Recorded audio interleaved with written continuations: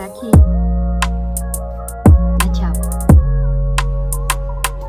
Fala, gente. Domingo por aqui. Hoje as coisas saíram um pouquinho de como eu gostaria que fosse, né? Porque, enfim, eu acho que meu filho acordou um pouquinho depois que meu marido foi pro trabalho.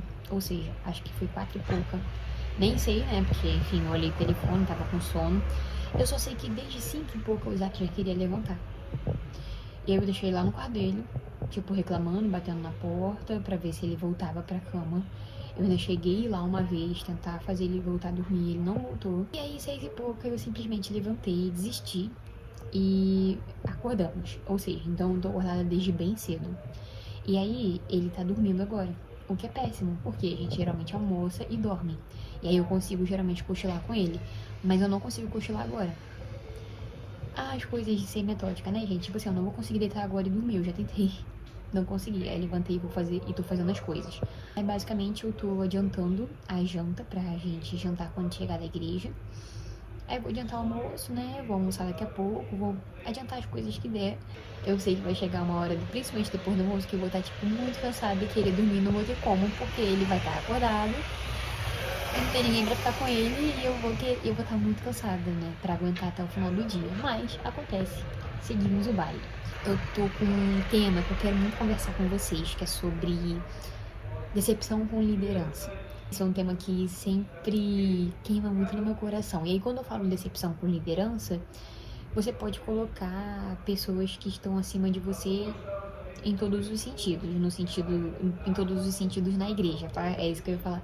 Mas, tipo assim, se você é um voluntário, você pode pensar em líder, em pastor, ou se você é um membro, né? Você pensa nas pessoas que estão acima de você ali na igreja, mas... Enfim, eu sempre tive muitas essas questões, eu acho que vem muitas vezes de eu ser uma pessoa naturalmente, meus pensamentos sempre pensam o pior. Isso aí, às vezes, às vezes eu já acho que é da minha cabeça ruim mesmo, né? Eu catastrofizo as coisas. Mas eu também sou muito desconfiada, então, assim, eu sempre penso o pior das pessoas. Terapia, né, gente? Se você souber alguém que atende terapia pelo meu plano Bradesco, cristã, muitas exigências, né? Por isso que eu até agora não consegui. Enfim, aí você me passa que eu tô precisando, tá? Mas, enfim, continuando aqui, brincadeiras à parte, o Senhor foi trabalhando comigo ao longo de diversos anos, né? Em diversas coisas que eu ia lendo, mas principalmente na Bíblia, sobre isso. E uma coisa que sempre me pega é uma passagem, né? Eu amo muito Juízes e Números, enfim, esses livros da Bíblia. E aí tem duas passagens que pegam muito pra mim, que é sobre crítica de liderança. Só que simplesmente as pessoas que criticaram os líderes morreram. No caso, a Miriam criticou o seu próprio irmão, Moisés, né? Ela começou a ficar irritada com a forma como ele estava fazendo as coisas e começou a ficar tipo assim: Deus só fala por ele. É como se fosse assim: ele se acha demais, né? Acha que o ungido, o Senhor só fala com ele, né? Como se fosse assim. E aí o Senhor dá uma doença a ela, o Senhor coloca lepra nela. E ela só é curada porque Moisés intercede por ela. Mas é muito interessante porque a resposta do Senhor, né? Nessas duas situações, ele fala assim: por que você está revoltado com o meu servo? Quem é ele? É como se ele falasse assim. E aí eu vou ler o versículo depois, é porque eu tô com comida no fogo e tal, mas eu só queria mencionar isso aqui, né? Aproveitando que o Isaac tá dormindo também. É como se o Senhor dissesse assim: você no fundo tá criticando a mim, porque fui eu que coloquei aquela pessoa ali, ou eu que permiti aquela pessoa estar ali. Então, quando você fica com essa reclamação, esses seus achismos, essas suas críticas, esses seus julgamentos, no fundo você está criticando a mim. Então, assim, gente, eu acho que a gente precisa lidar com as coisas de forma bem assim... Estamos em uma igreja. Ela é claramente antibíblica, tá? Vive em pecado, sai, pelo amor de Deus, né? Pelo amor de Jesus. Mas se é só questões secundárias, vê com o Senhor, sabe? E se for pra ficar, fica na maciota. A gente precisa ter temor às coisas do Senhor, porque se a gente tá ficando, né? Mesmo que tenha coisas que nós não gostamos, a gente não tem que ficar levantando crítica nem a nós, ou até levando pro nosso marido, infectando as pessoas da nossa casa. E aí, ou infectando outros grupos nossos. Isso é muito sério, isso é muito grave. E a outra revolta que tem, nossa gente, essa é pior, porque o que acontece? Os caras começaram a se revoltar também contra Moisés. E eles criaram um time, pô, um time contra ele. E eles começam a falar, ah, Moisés, Deus já fala com você, Moisés, não sei o que, começa a criticar Moisés. E aí, enfim, o Senhor vai e fala assim, eu quero que fique cada um, né, um de frente pro outro. E eu vou mostrar pro povo, porque aí o povo já começou a ser infectado, né, gente? Pô, é mesmo, gente, é mesmo Moisés, ele tá se achando superior a Deus, só fala com ele com Arão. Não, não, é verdade, isso é errado, enfim. E aí o Senhor fala, vamos ver então com quem eu tô. Bota vocês dois, um de frente pro outro. E aí eu não lembro agora o que aconteceu, gente.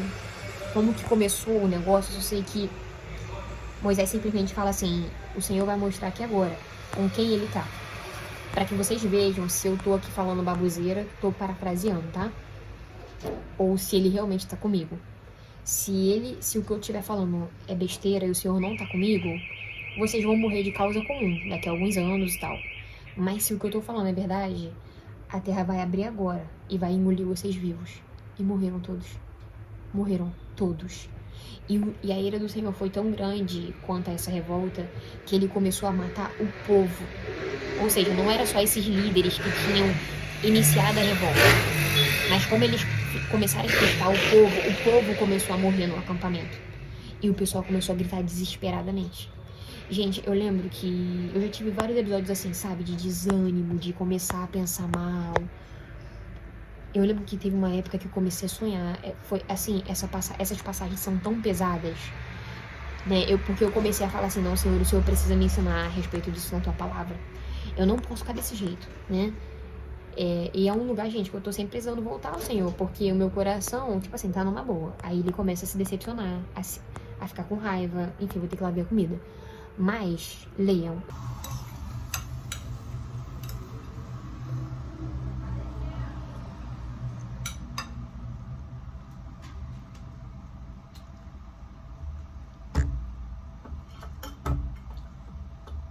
Aproveitar que meu menino barulhento não tá por aqui, só pra dar uma atualizada pra vocês. Hoje é segunda,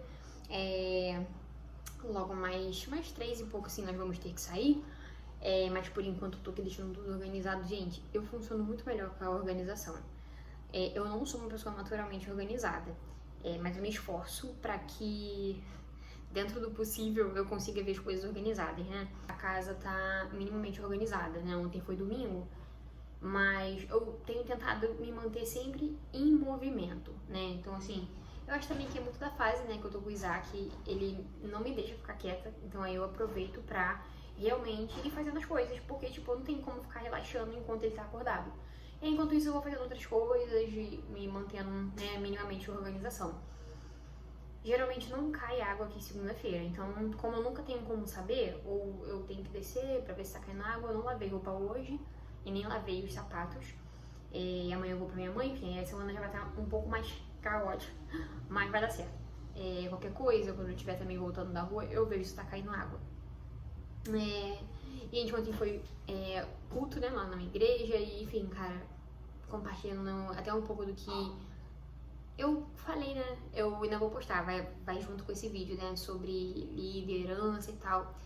Cara, é muito doido, assim, ontem eu tava ouvindo duas irmãs específicas, né, falando sobre elas estão no processo do testemunho, né, que é onde eu me encontro também, e é muito difícil, gente, porque, tipo assim, a gente sabe que quando a gente contar lá na frente, glória e vitória, mas, cara, antes de acontecer, que cansativo, né, assim, pra mente, pro coração, não, pra se manter firme, pra não se manter ansiosa.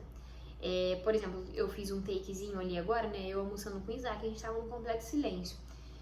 Eu costumo acompanhar muito outras igrejas lá de fora, né, especificamente a Upper Room, mas eles estão fazendo um mês sem transmissão ao vivo.